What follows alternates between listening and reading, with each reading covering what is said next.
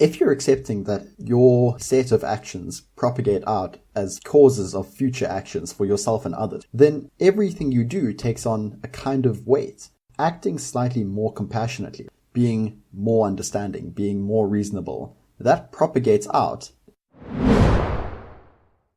Hello listeners, and welcome back to Bit of a Tangent. I'm Jared, and joining me as always is Jean-Luc. He's currently studying artificial intelligence, he's really into the quantified self movement, and he's always an all-around fascinating guy, and I just love talking to him. This is part 2 of our series on free will. In this episode, we reconcile how it is that we can feel like we have free will, even when we don't. We give an evolutionary argument for why this might be the case, and we show how knowing this makes us more compassionate people who are paradoxically better at achieving our goals. Along the way, we explain what a Bayesian network is and why you should care about yours. Yes, you have a Bayesian network, you just don't know it yet. And we give an introduction to some of the key ideas and concepts in the field of reinforcement learning, which is a kind of AI, and how we can use these concepts to clarify our view of ourselves and of the world. Before we dive in, I want to have a bit of an aside with you, the listeners. You see, I've been thinking about podcasts in general lately, and the fact that at this point, every podcast you listen to is practically begging you to rate them on iTunes or share them with a friend.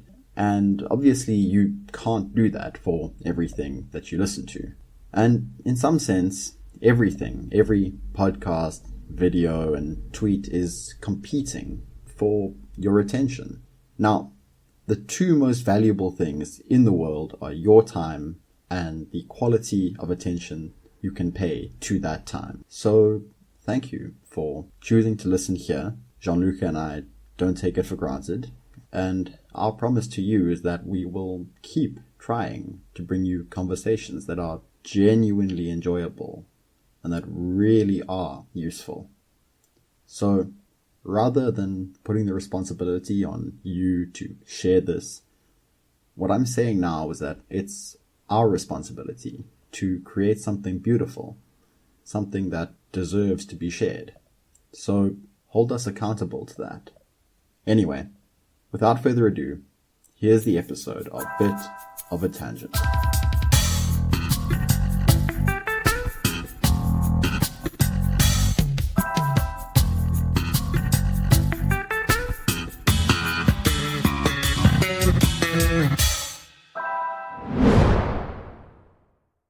But yeah, and so the point I was going to make just before we decided to click record was that I always I think Sam Harris definitely expresses himself way better. He's the better rhetorician than Daniel Dennett. And so as a result, I think I maybe too quickly dismissed Dennett's argument as him saying, we don't have free will, but you shouldn't tell people that because it's dangerous. Whereas what he's saying is a lot more nuanced than that. So I was listening to a reading of the essay that he wrote and Sam Harris published on Sam Harris's website, like attacking Sam Harris's book, Free Will. And it's not so much that he persuaded me as much as he lowered my confidence in Sam Harris's total argument, which I think then opened the door for Sean Carroll's argument, which now that I've looked into it seemed to map much more to my personal intuitions. All right. Which is not a good reason to believe anything sort of a priori, but I think there's some interesting territory to get into. And I mean, I'm going to make a guess as to what you're going to say, but you'll correct me as we go. But I think where this might tie in is, like, we both, despite not believing in this ultimate notion of free will, we also both really like podcasts by Jocko Willink and Tim Ferriss and Joe Rogan and all these guys who are saying, like, get up, get after it, do something difficult, right? And this seems to be like, well, it seems to contradict this notion of, well, you're not in control, so why bother to listen? And absolutely.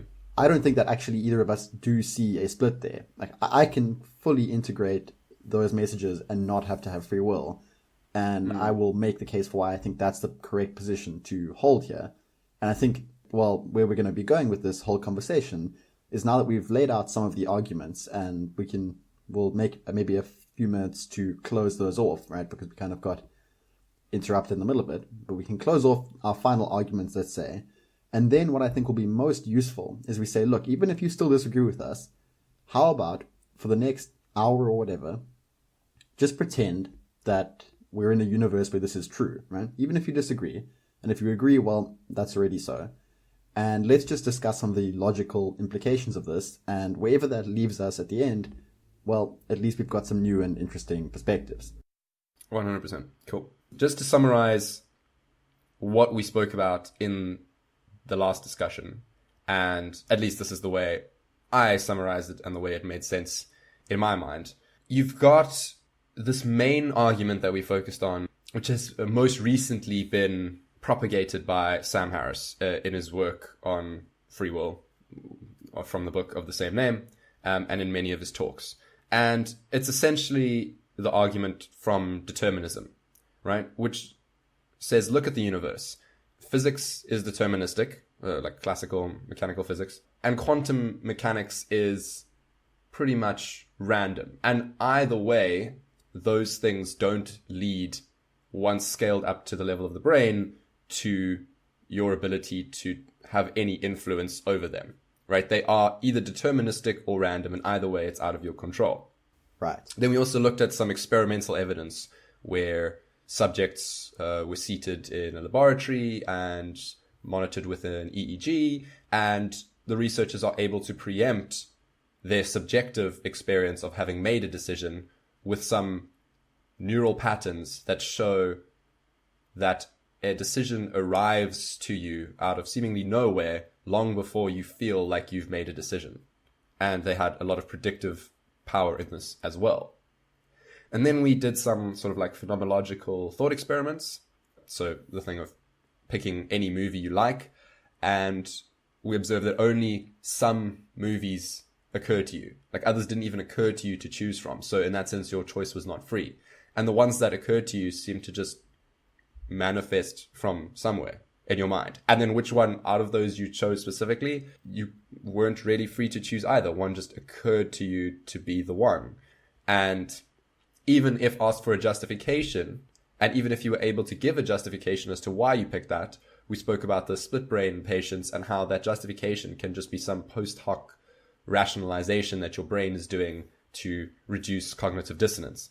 And another strong sort of line of argumentation here was the disease cases. So we looked at, aside from split brain patients, we looked at like the case of like if someone's a violent psychopath, mass murderer, but they've actually just got this brain tumor that is impinging on their amygdala and causing them to have uncontrollable fits of rage, and how we would not hold that person responsible if without that tumor they would have been otherwise peaceful, regular citizens, right? We would be able to excuse their actions to some extent because it was out of their control. In the same way, and we use this example, we wouldn't expect a double amputee to stand up when we walk in the room to greet us. It was just physically not in their control.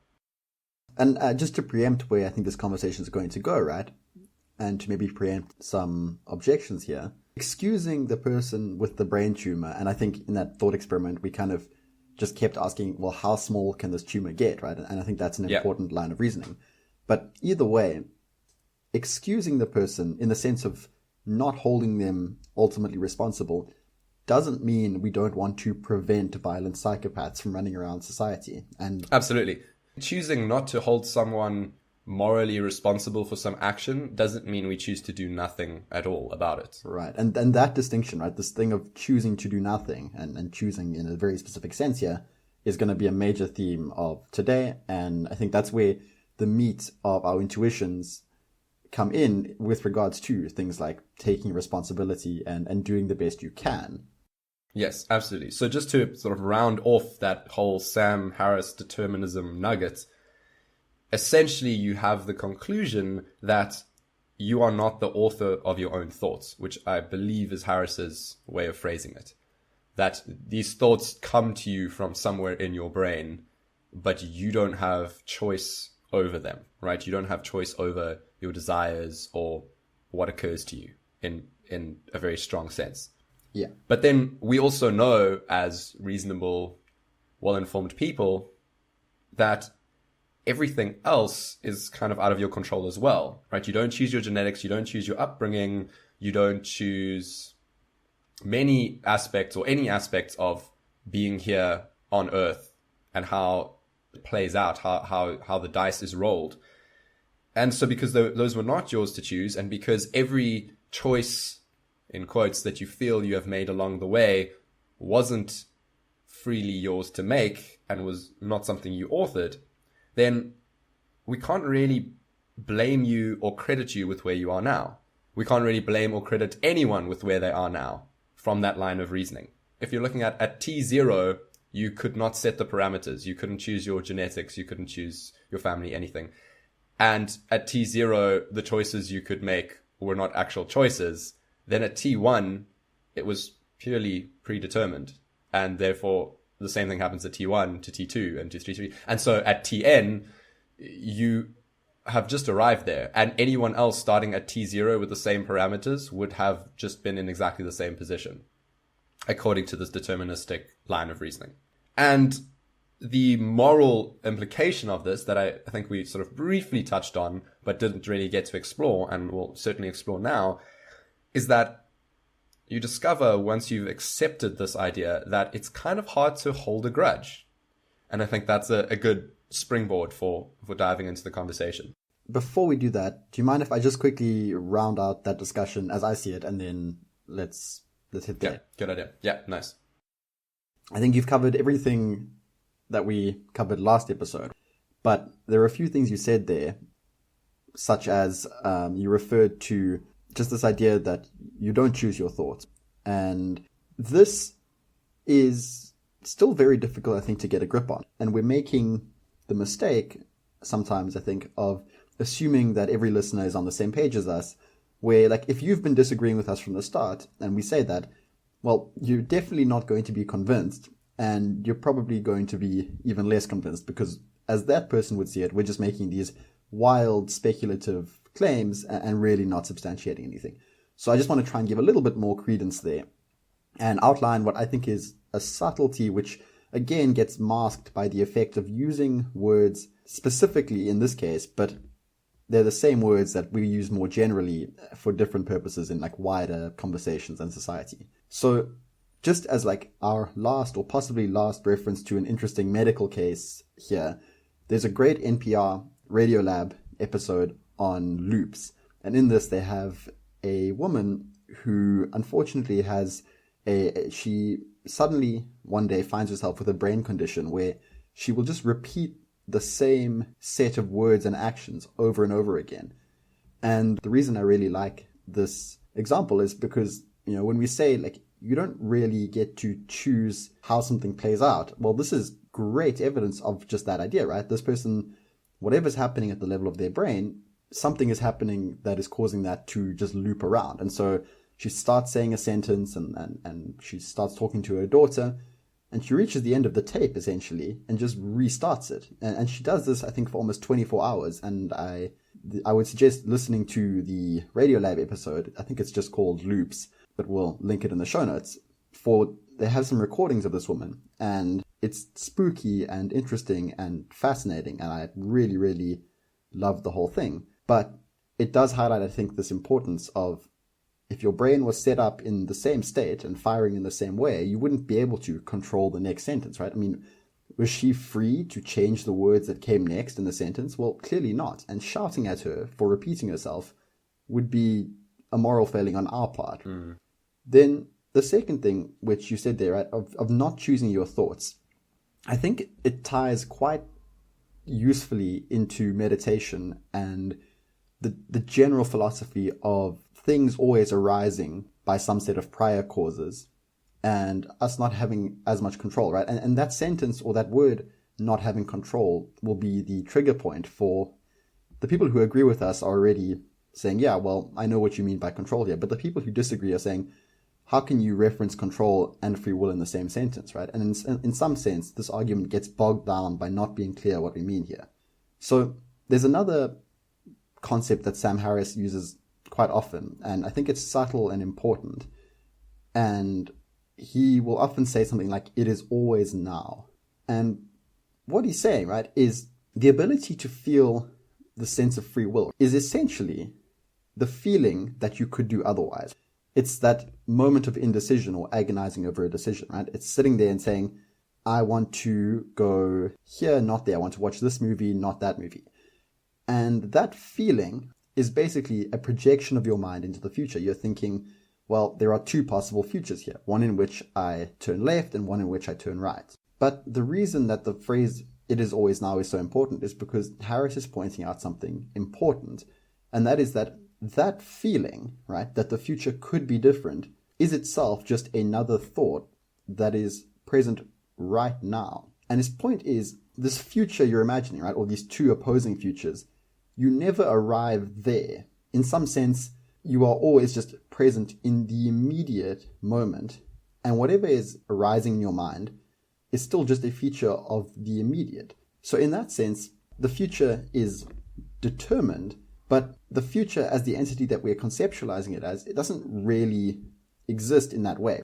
It's not a set of possibilities. One of those is going to play out, and our ability to imagine it being different, that says a lot more about our neurology at the time. It doesn't say anything really about what is going to happen. And so a lot of what we're going to be talking today when we get into reality around this will be the difference between voluntary and involuntary action as well. And a lot of that has to do with the ability to conceptualize at the moment of making a decision an alternative. But again, just the subtlety of realizing that the appearance or the feeling of there being an alternative way things could go, well, you didn't author that either. And if that wasn't there, it would just feel like you were pressing on with your life. So that's kind of a subtlety that is worth flagging, and hopefully we'll work that into the conversation as we go. Yeah, I like how you segued into that with meditation, because I think anyone who's practiced meditation in any serious way is well aware that thoughts just arise in your consciousness. And so this is just overlooking your second point. But yeah, the phenomenon of noticing that thoughts just come to you from somewhere and then to let them go by is definitely something you notice quite early on in a disciplined meditation practice. So I think that was an important point that I had overlooked in my summary. And yes, the ability to visualize different possibilities, as you say, is integral to, I think, the discussion we'll have the rest of this conversation. So I mean, let's just jump into that. We're now sitting at a place where we've both disavowed this overarching ability to do different, right? We're in some sense saying that if you find yourself on the most benign thing, doing something you didn't want to do beforehand, eating a cookie when you started a diet, or if you are the person who unfortunately has some disorder in their brain that is making them act like a psychopathic killer, what are we saying about that morally? Because in some sense, if we're saying you're not responsible for that, then is there any sense of responsibility? And are we saying that that's excusable? Because, these are important questions to ask here. What do people take away if this is true? I think another aspect of it is also that you go, actually, and then why does any of that matter? Because even if we do say that we can excuse everything morally, then it's not like we can choose to do anything about it because we have no free will. So we're just playing out some pre-written drama on a cosmic scale without any ability to influence it. And it's really like the worst kind of torturous mental prison. And it almost links to an absurdist philosophy in some sense, or like a la Albert Camus. It's almost like you've accepted now that there might be no intrinsic meaning, right? How can there be some intrinsic meaning if everything is predetermined to some sense, right? And you don't actually have free will. Like things can feel emotionally like they mean something to you, but that's just chemistry and neurons firing. You have no agency, and so there cannot be choice and there cannot be meaning. But once you accept that, then you're left with like a few options, right? So you can just give up and commit suicide. But in the case of free will, you don't really have the free will to choose that if it's predetermined. So that doesn't really work so well. The second option would be to embrace some kind of false meaning framework. Again, not something you would have a choice over if you accept that you don't have free will. But I think also for a lot of people, that isn't a great option, right? That just means blindly following some philosophical belief or some religious doctrine that you know to not be accurate, purely as a scaffolding of meaning that you can use to delude yourself. And the third would be to just accept the impossibility of it and live in rebellion of it, right? This is Camus' absurdist proclamation. And I think that is an important feeling or sentiment to embrace going forward. Because if you bear with us for a little while here, everything will go from seeming very bleak to potentially optimistic, or at the very least fascinating. And I think once you've accepted that there's no free will in the sense that you thought there was before, what's often referred to as like a libertarian free will, not to be associated with the political inclination, then things get kind of dark for a little bit because you feel like you've lost something and you've lost some meaning. So if you're in that situation, which is definitely how I felt the first time I was exposed to a lot of these arguments, is just hang tight for a second. Just go, you know what, fuck it, and strap in for the ride. It's worth mentioning, if we're wrong, right? If we are somehow mistaken and there is some level at which the brain can instantiate this free will that I think most people walk around in their heads feeling like they have, well, then nothing changes. But in some sense, despite the fact that we've now spent a couple of hours podcasting about this, if we're right, it's also kind of inconsequential, at least at the level of your experience, right? Like, not that much changes. In the meditative sense, maybe you can start to notice this. But for the person who is now feeling acutely uncomfortable, who's feeling like, oh no, like what does this imply for what my life means? Is there such thing as meaning? All of that, first of all, it's just important to notice that nothing has actually changed. Like, if we were right and you have no free will and now you suddenly know this and you are feeling uncomfortable, well, it's important to realize that before you knew this, it was still true. And if you think about that, that means that every experience you've had in your life up to this point, every moment of joy and every moment of suffering, every moment of love amongst friends and family, all of that still happened and still felt meaningful. And so, in some sense, whatever we're saying here doesn't change the ability to experience positive emotions. And at least in my view, it only heightens your compassion for when things go wrong. And I think we should talk about that. And just to sum up that thought, though, on why it's not worth actually worrying if this is true, is there's a concept that is often touted on Less Wrong and in Eliezer Yudkowsky's sequences, which he calls the Litany of Gwenlyn, right? And it comes from Eugene Gwenlyn, and I've got it here because I think it's just great for everyone to hear. And it goes, what is true is already so. Owning up to it doesn't make it worse. Not being open to it doesn't make it go away. And because it is true, it is what is there to be interacted with. Anything untrue isn't there to be lived. People can stand what is true, for they are already enduring it. It's this idea of you flip a coin and catch it, so you haven't seen the outcome yet. But the outcome is already determined, right? Like now, knowing that it's some specific outcome that you perhaps didn't want doesn't change the fact that it's already there. It only can empower you to accept it. Like living in blind denial doesn't make it not true. Exactly. So the reason I say that this heightens compassion is because it makes you realize that all of the bad things that have ever happened, well, there was some proximate cause of them being bad. And it's this notion that there are causes that is actually, I think, the empowering thing about viewing the world like this. Because in the same way that, when you fail at your diet because you kept cookies in the cupboard, and then you realize, oh, if I didn't have those cookies there, I'm much less likely to snack, and then you remove them, right? What you've done is you've identified a cause. So you're not sitting there saying, I'm a weak person. You're just saying, oh, well, there's a cause, and my brain, which evolved on the plains of Africa and is highly likely to seek calorie-dense foods, well, of course, this poor, fallible thing is going to eat the cookies if they're there. And so removing them is just a clever way to prevent that. And so with all of this, essentially what we get down to is looking at the causes of behavior. And when you realize that a lot of those causes aren't in our control, you can develop a lot of compassion for people and for yourself when you go wrong. And you can also develop more humility because you realize that a lot of the things that go right, the fact that you are an intelligent, interesting person, all of your achievements, you also realize that many of the causes of that weren't under your control. Once you start viewing the world more as a set of causes and effects, you, A, become much more compassionate and much more humble, and B, you start to look at things more strategically. Instead of partitioning moral judgment, you come up with strategies that could prevent it in future. And I think this is an incredibly powerful thing and probably the most valuable side effect of the deterministic view that we have no free will. And I think this is what makes it truly powerful, is the resulting mind shift that you have. Right. I mean, so this is it, right? When I said earlier that I don't find this view incompatible with a good life and I don't find it incompatible with wanting more for myself, this is just in the sense that once you accept that we are these brains which take in some inputs and give some outputs, well, then the logical thing to do is to try and give the best set of inputs and hope for good output.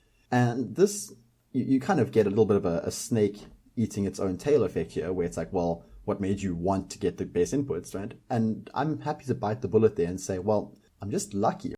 The person whose life is not getting any better, well, in some sense, they are unlucky in that they either haven't come across the right inspiration or something about their neurochemistry is not right, and we should be compassionate to them. But, so first of all, yes, once you realize that you're not the author of much of what is good, but also not of much of what is bad, you can start to say, well, first of all, let's take the really bad cases, right?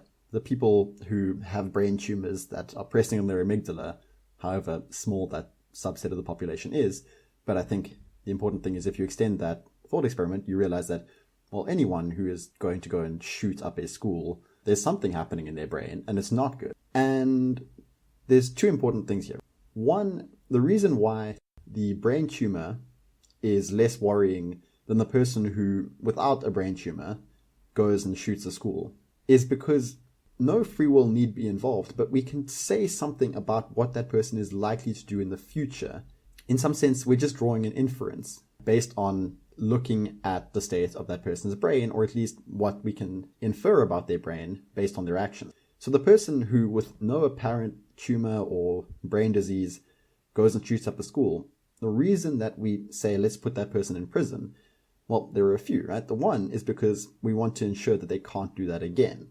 And what they're essentially signaling by having an otherwise normal life and physiology is that something in them says that they are likely to repeat that behavior. So in that sense, it's logical to want to put them away. The second thing we're doing is we're setting a societal precedent where we're saying we will not tolerate that behavior. And that way we're trying to disincentivize future behavior that is similar to that by other people. And that's the key thing, right? Is once you're viewing brains as mechanisms that are responsive to causes, then it's logical to ask, well, how can we disincentivize bad behavior and incentivize good behavior? And there's nothing incoherent about that when it comes to free will. And the problem is, or not so much the problem, but what's important to notice, right, is there are already strong incentives set up in society not to murder people, right? Most people know that if caught, you will go to prison and be severely punished, depending on where you are and what the punishment for murder is. But if you think about it, right, the fact that the person who does end up murdering someone was completely unresponsive to society's set of incentives makes them almost the unluckiest person of all. If you think about it, the fact that you and I, we know that murder is wrong, and we respond to that knowledge by not murdering people. I'm not saying that either of us have contemplated this, but what I'm pointing out here is we know there's a strong negative penalty, and whatever the case may be, we have not murdered anyone precisely because, in some sense, our brains are responsive to incentives. But if it were the case that for some reason one of us had ended up committing a murder, we would have been the unlucky person, the unlucky one in however many thousand that ends up committing a murder, whose brain could fully see the disincentive and ignore it. And that is, again, just bad luck. Perhaps not potentially as unlucky as the person who got murdered, but actually closer than most people would like to admit, I think. And a useful exercise here that I know Sam Harris has walked through before is just to take any bad person and imagine them as a child. So, I mean, I think he uses the example of Saddam Hussein, right? And he will say, well, no one here has much sympathy for that person, right? We don't have much compassion, and most people could acknowledge him as a really good example of just a bad person. But if you think about it, right, if you imagine that person at age 5, well, that child was the unlucky child that in adulthood would become this terrible, hated person. And so you can ask the question, well, does the child deserve our compassion? You know, does baby Hitler deserve any sort of compassion? And from our point of view, if they were always going to develop into the people they were because of the set of stimuli and environments they were exposed to and their genes and the people around them, well, you know, the fact that they were going to do these terrible things, it doesn't excuse it. And it doesn't mean that as a society we don't want to prevent that from happening. But they, not being the author of all of those experiences, they're kind of objects of compassion, as difficult as that may be to swallow, right? And I find myself thinking about this often, you know, when someone does something that I don't like or I find morally reprehensible, there's the intrinsic human reaction to react with disgust and moral approbation, to sort of look at it and say, you terrible, worthless human being. Yeah, you stole, so we'll cut off your hand. You murdered, so we'll put you to death. You know, you raped, so we'll castrate you. But after a few months or years of thinking about the world in this more causal, deterministic way, that stops becoming your first inclination. Or it might even still be, right, in some of the most strong cases. So maybe you get better at, you know, not worrying too much when someone cuts you off in traffic. But I would bet, for myself at least, you know, if someone committed grave bodily harm to me, my initial reaction is probably not going to be compassion. I mean, that's hardwired into you to defend yourself and to be aggressive and to have an attack response or a flee response, right? And it's difficult, but the sort of logical implication of the view that we're putting forth is this person, for a lot of reasons, which they didn't choose, ended up in a situation where they did something horrible. And it's not that we don't want to disincentivize this, right? We do. And we want to set up every possible societal incentive to change how people similar to that person in the future will react in that situation. But for that person in that situation, the fact that they have now harmed me, well, we can wish it was otherwise, but because it's not, maybe the only response is still anger, in the sense that we want to signal that we don't want further incidents of this type. But them themselves, we can be compassionate to while still imposing societal penalties on. Exactly. So I think just for completeness, there is a little bit of nuance here, right? Like if someone comes up to you and starts trying to beat you to death, you should defend yourself, and you should do bodily harm to them in an effort to defend yourself.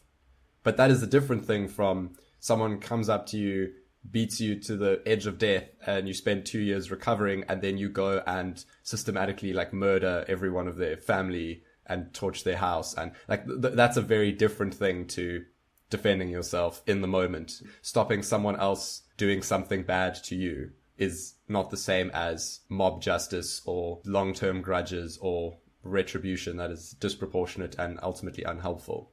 Right. And actually, you've hit on such an important point there, which is when people hear the free will thing that we're espousing, they go, oh, well, you know, since everything that's going to happen just happens, whatever's going to happen in my life, well, I might as well just sit here and wait for it. But that breaks down in the sense that, as you just said there, right? If someone came up to you and started attacking you, it's not logical to say, well, there's no free will here, so I'm just going to sit here and take it. You're going to react, and you're going to react to that proximate cause. Their action is the cause of your behavior. And so it's completely rational, even when things are deterministic, to, first of all, try and impose causes of future behavior. If you know that keeping cookies in your house makes it more likely that you are going to break your diet, it's completely rational to remove the cookies. It's completely rational to react to violence by trying to defend yourself. So this whole view on free will doesn't preclude action, and it certainly doesn't say, well, go sit in a dark room and wait for the good things or bad things to happen. Like that reaction is to misinterpret the implications of this. Because at the end of the day, what causes someone to become successful, what causes someone to be great, well, those are still definite causes. Now, you can't help it if you fail to meet those, and you should be compassionate to yourself for that. But that doesn't mean that the experience of trying isn't a major thing here. And a lot of the confusion here as well comes up from the difference between the feeling of voluntary and involuntary action. So at the level of the brain, the reason that we ascribe free will when we say, I want to move my hand and pick up the coffee mug next to me, and there is always a coffee mug next to me. The reason that we can say, well, that's a voluntary action, right? And the reason people can confuse this to free will versus, let's say, someone with a movement disorder. You could imagine Parkinson's or any other number of related disorders where my hand spontaneously jerks forward and knocks over the coffee cup.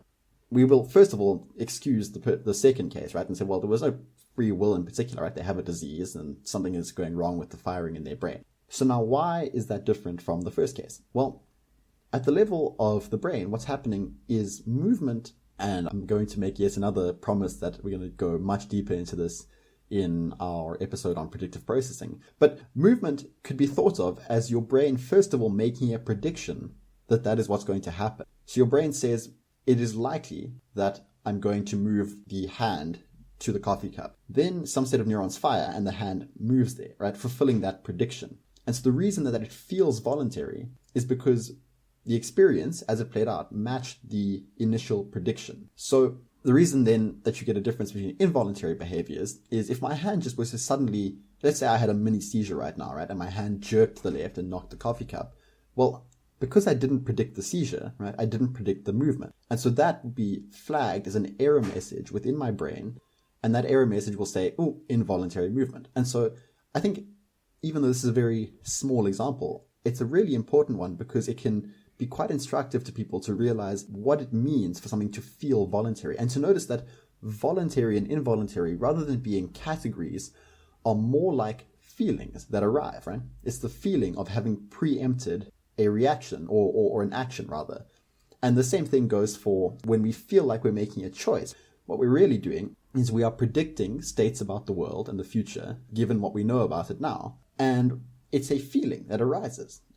And once you make the choice, you feel as if there's something irrevocable that's happened maybe.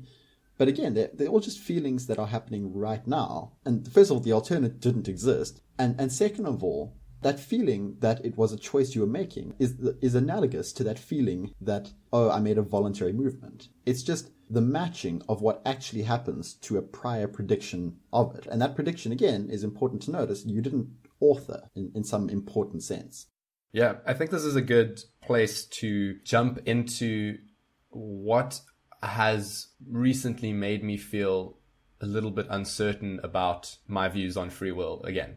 And I originally came across Sam Harris's arguments for this about 4 or 5 years ago, found them very persuasive, had that sort of curve of getting that you had to get over where it's kind of like you feel like everything's meaningless for a little bit, but then you realize that there's actually now a whole new causal world that you can interact with where moral judgment becomes less your inclination and causal strategizing becomes your go-to response to things you do and don't like. And I think that's very useful. And my opinion that what is known as like libertarian free will is an illusion is as strong as ever, right? And I think there are very few people who are informed on this or public intellectuals who talk about this that still believe and aren't convinced by the evidence that libertarian free will is an illusion. And that's the sense of free will that we've largely been talking about until now, right? This idea of thoughts just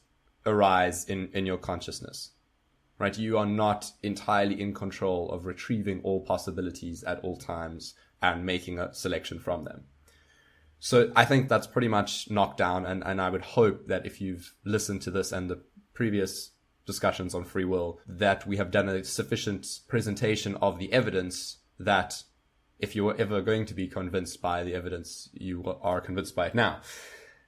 But here's where it gets a little bit nuanced. and nuanced in the sense that philosophers and neuroscientists and people have been arguing about this for a very long time, and they talk past each other even in technical writing. So there is a lot of nuance going on here, and it's a difficult thing to get to, but I think it's quite important, because for me, whilst I had accepted that libertarian free will was an illusion, and whilst I had embraced the causal deterministic repercussions of that, I still felt as though some kind of doublethink was going on.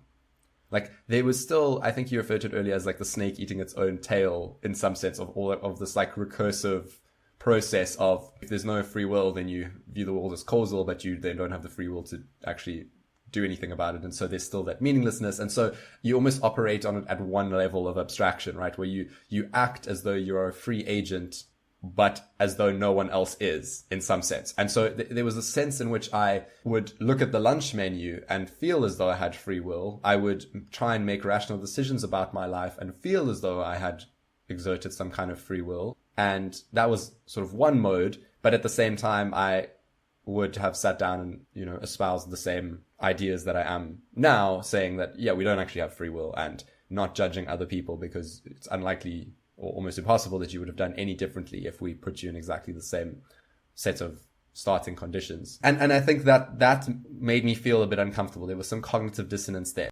I felt like I had almost these kind of two belief sets running in tandem, and depending on the situation was employing one or the other. And I'm the kind of person who values having a belief network that has well propagated beliefs, right? So if there's an update somewhere, I want it to propagate throughout my belief network if it is a valid belief. That is such an important point. I feel like it deserves a little bit of further explanation, because you are suffering a little bit from not everyone knows what you know, and it was more meant as a sort of throwaway tidbit for the most enthusiastic Bayesians and less wrongers out there. Well, throwaway or not, it's interesting. Right. So, yeah, I mean, imagine some belief that you have, and then some other piece of data or evidence or another belief that you have as two nodes, two circles, and now you can connect them with some edge, some line, to sort of make the beginnings of a graph. And you can imagine that if you just keep doing this and connecting beliefs and their relationships, you get a network. And I mean, this is a woeful oversimplification, but essentially now you have a set of data points and the relationships between them.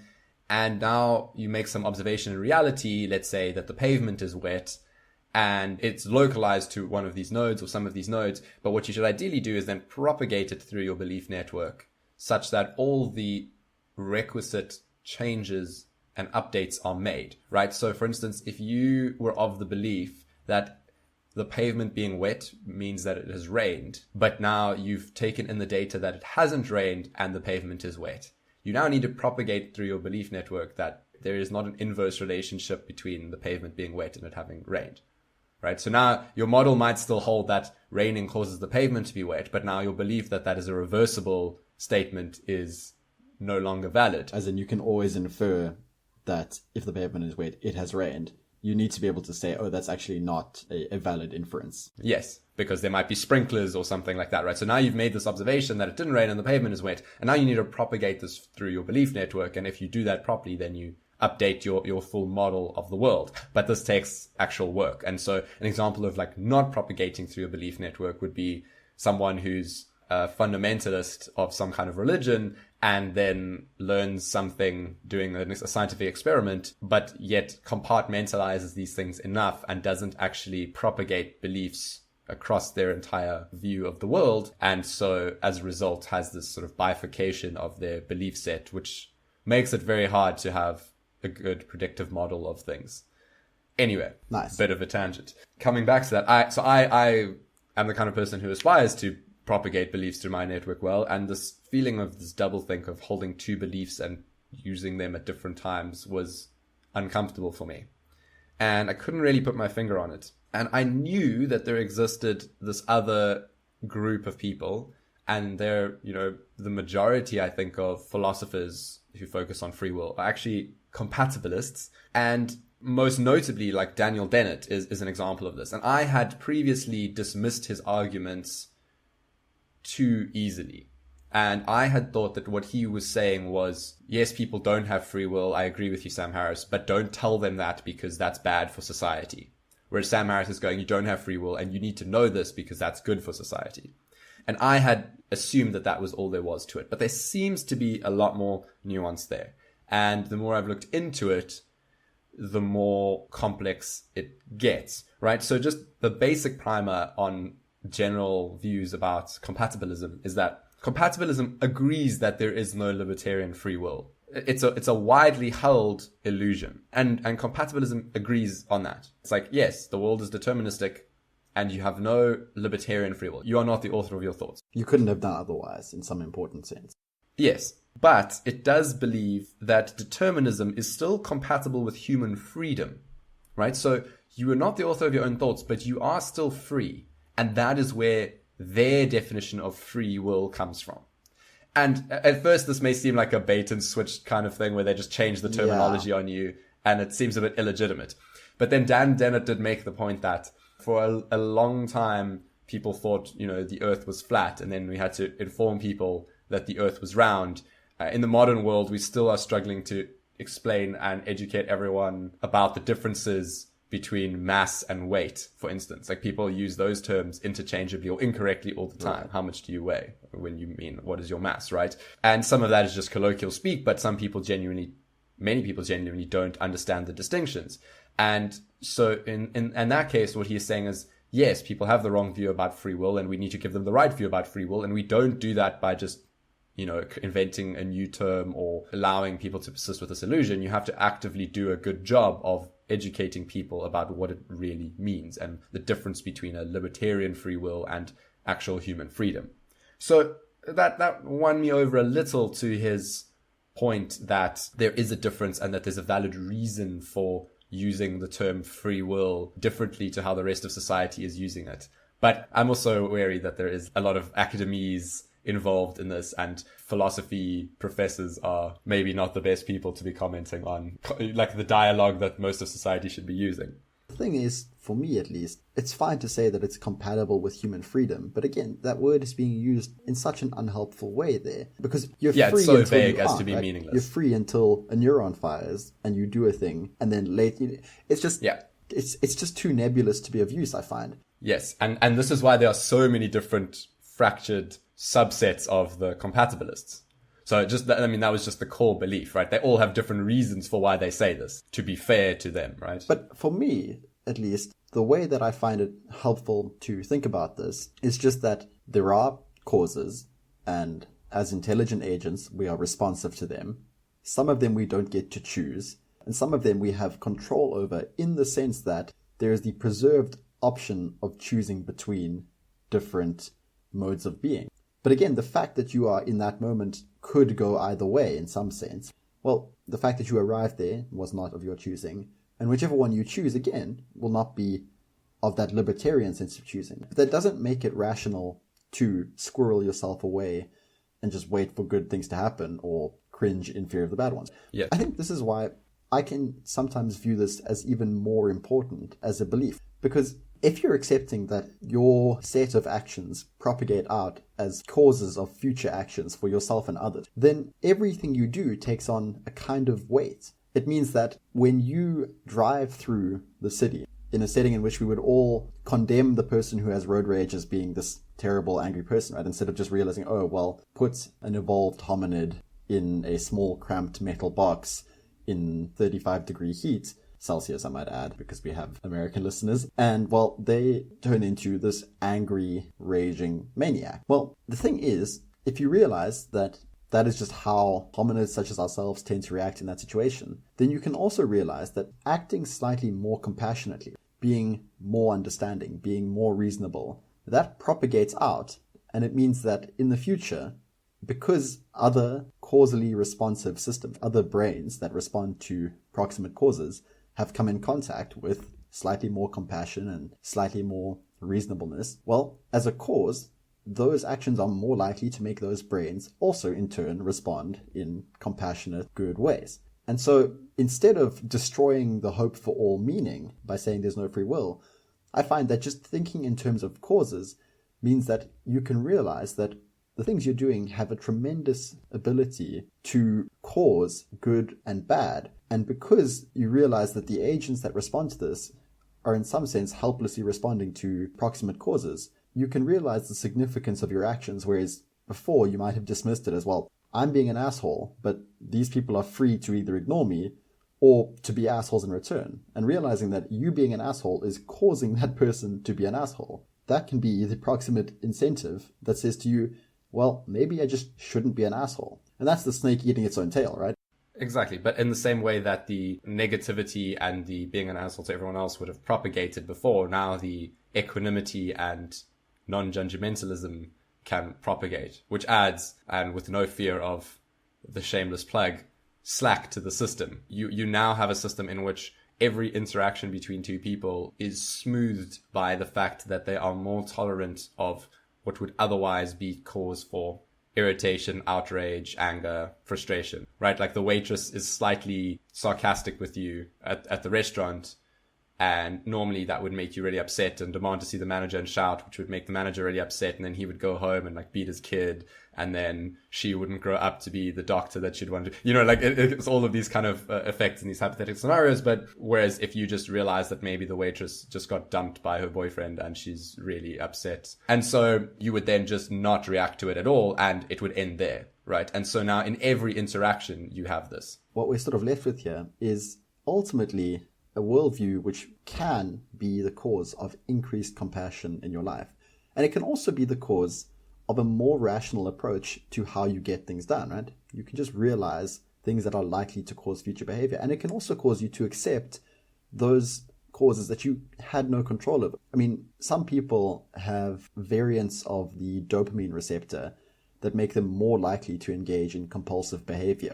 And if those people find themselves having to go to a recovery group because they have a gambling addiction or an alcohol addiction, well, there is at least some reasonable sense in which you can say you were unfortunate, and you can try and design better incentives around that, right? You can try and figure out, given what we know about this person's neurophysiology, how could we make it that despite their dopamine receptors, they don't end up with compulsive gambling disorders? In the same way, right, that reasonable people don't say, oh, well, this person has a disability or uses a wheelchair. We say, well, how can we engineer society so that it's not a factor anymore? You can build a ramp for someone in a wheelchair, and you can build ramps for people with dopamine receptor variants. And maybe that's actually the metaphor that we're going to use to carry this home here, because what we're always trying to do in a healthy, mature, and wise society is build these metaphorical ramps for all of us, for all of our genetic and cultural histories that we didn't choose,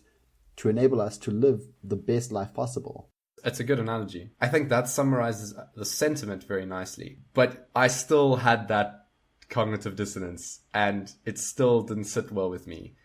And this is where we enter with the idea I had while cycling home yesterday, and Sean Carroll and his views. And I think if you're ready to jump into all of this, I'm very excited for this, because this is where it gets super fun. The idea I had while cycling home yesterday was, what if these two views are not contradicting beliefs, but what if one of them, at least one of them, the view that I have of my everyday life, the view that I have while picking something from the lunch menu, is actually just a useful model which I employ for practical purposes.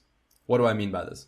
Well, when you drive a car, you're not thinking about the chemical reactions going on that allow combustion to take place. You're not thinking about all the mechanical systems that are involved every time you change a gear, apply more throttle, turn the steering wheel. You just have a very simple model of a vehicle in your mind, and that model says when you turn the wheel to the left, the car goes to the left, and vice versa, and it has a basic idea of the mechanics of the system. This is why we can then transpose you to a simulator which doesn't have the underlying mechanics and chemical reactions, but has the same high-level mechanics that you're accustomed to, and you can drive the car in the game just fine. And so I started thinking, what if this view of free will, and I think at this point it's a good idea to switch to the term agency. So we're getting away from libertarian free will. We've dismissed that pretty much entirely.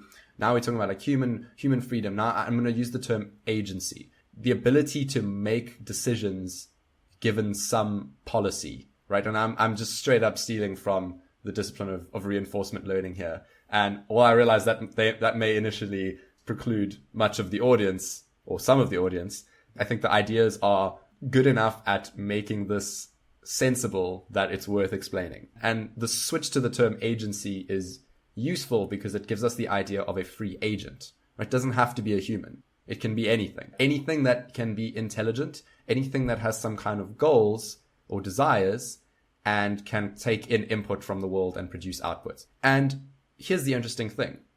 A Roomba, those little vacuum cleaners that autonomously drive around and clean your floor, that in some sense, at least as far as like classical AI goes, is an agent. And the way it models and deals with the world, it is able to have agency. It is able to, in quotes, make choices given its values and its policy, right? Its policy is essentially just like its way of doing things in the world, its set of rules, in the same way that humans have policies in our institutions, right? So when the Roomba detects some sensory input, it then looks at what its options are. So let's say it notices that there's something close by on the left, like maybe a wall or something.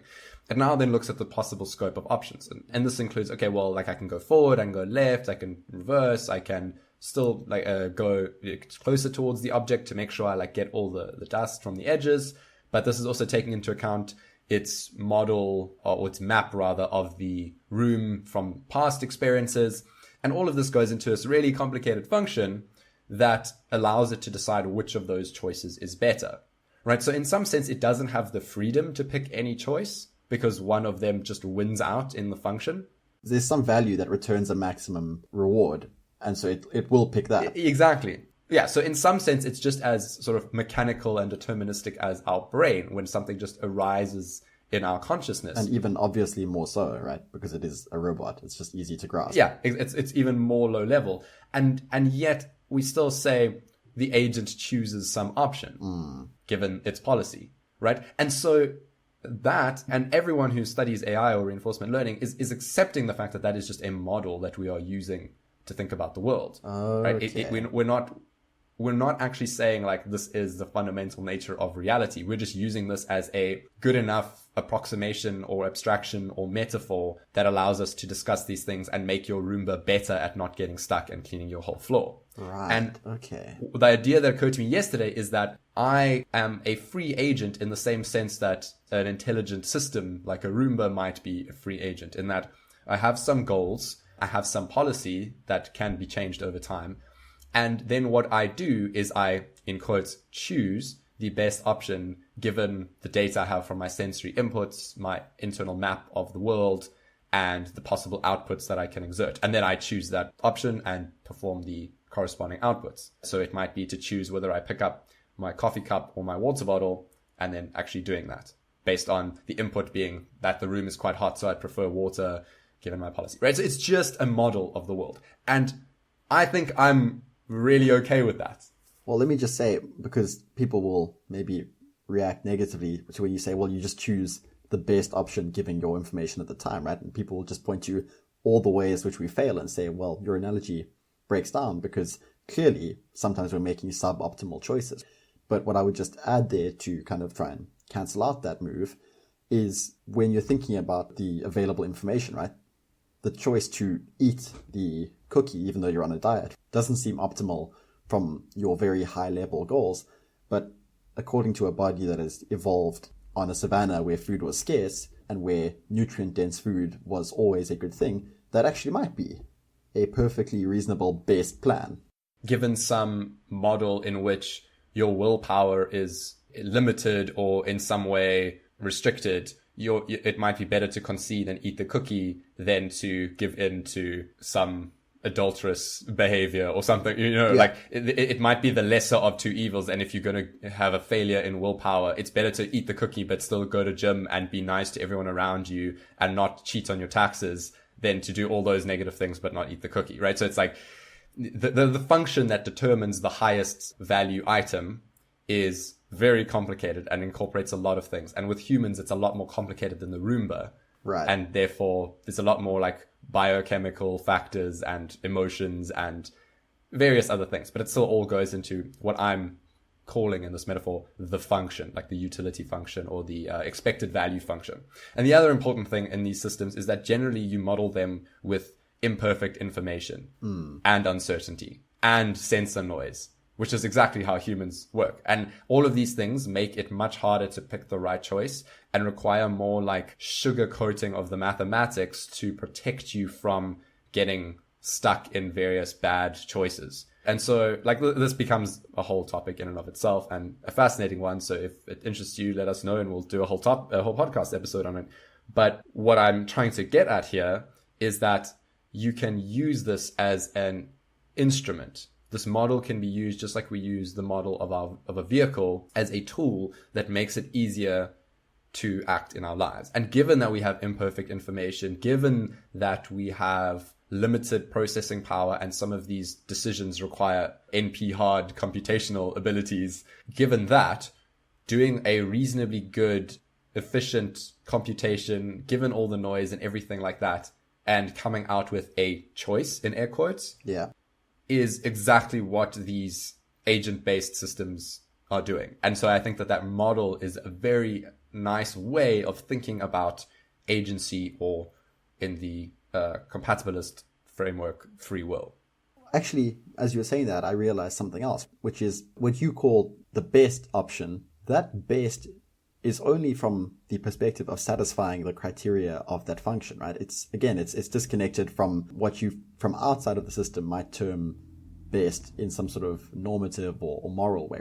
So like a really good example that makes this concrete is in some reinforcement learning paradigms. You've got a little stick figure or robot, and the researchers tell it to walk across the room. Then they impose a criterion and they say your new value function gets extra reward for minimizing the amount of time that you spend on each leg. And so now what the researchers are trying to do is get the little agent to learn to walk on 3 legs instead of 4. So that they're trying to maybe get it to learn that behavior.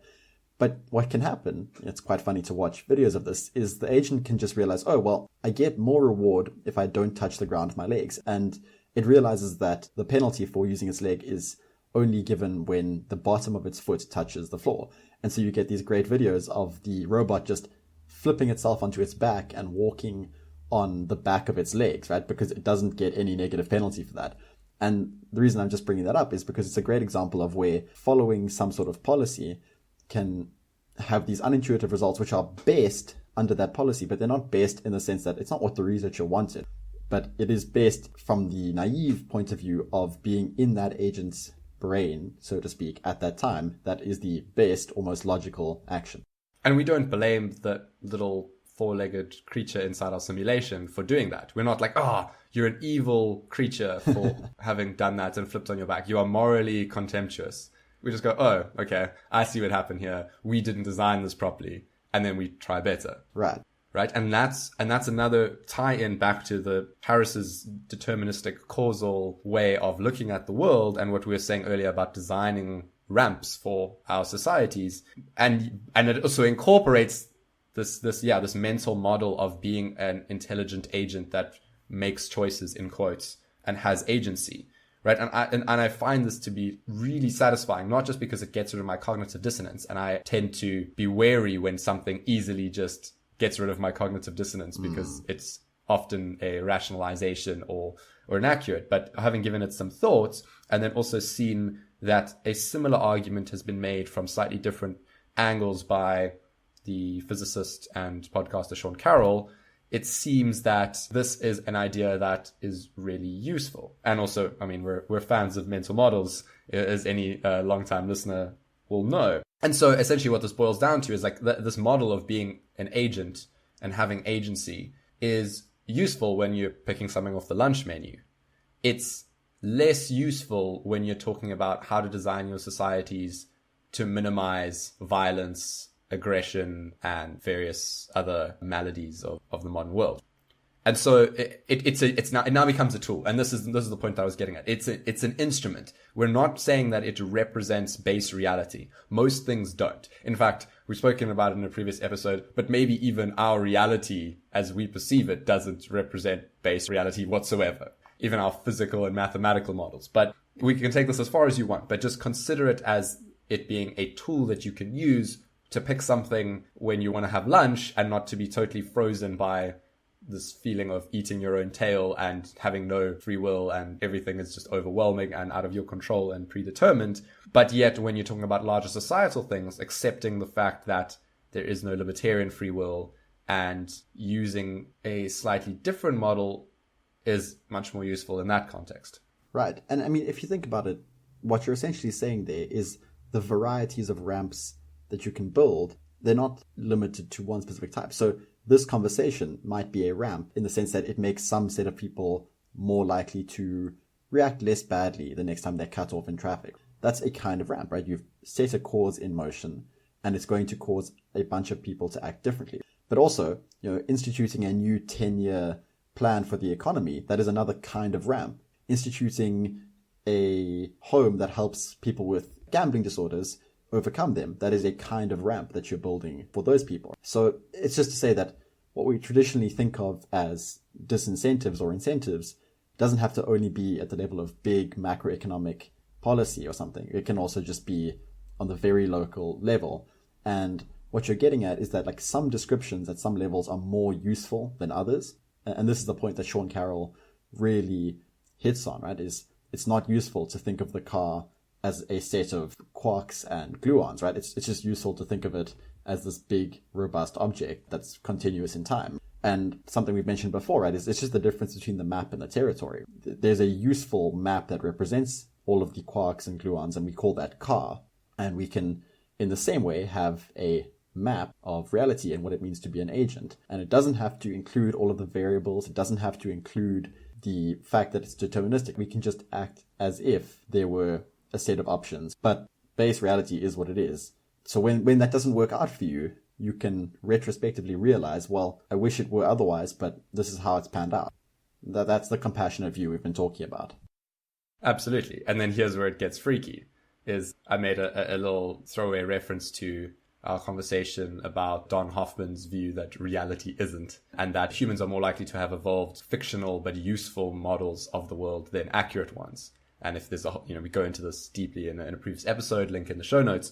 But where this gets freaky is that now this illusion of free will starts potentially making some evolutionary sense. Something that has a model of itself as an agent that makes choices and satisfies its utility function best is probably more likely to survive, thrive, and reproduce than something that tries to model base reality of just being a deterministic cog and viewing everything else as a deterministic cog. And maybe that is why free will feels like a thing we have and feels like the reality that we find ourselves in, because it is actually useful. Because we can have this whole conversation, but then when we walk away from this, and for 99% of our day, we will feel like agents that have free will. But that is in some sense just an illusion, but it's a very useful illusion for most practical daily purposes. But what we are saying here is that don't be fooled into thinking that is base reality, and don't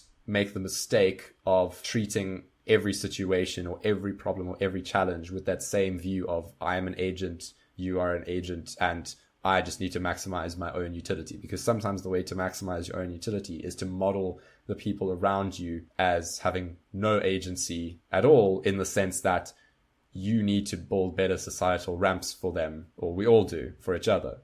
And I think that ties together many loops from both discussions quite nicely. It's like we have some sense of why this may have come about, some useful evidence and arguments as to why it's not the underlying reality, and then some good reasons and practical applications for how it's still useful to feel like we have agency and control and model ourselves as though we do most of the time, but not always, if we want things to improve for all of humanity. Well, I mean, I think that's almost the sort of perfect note to wrap this up on.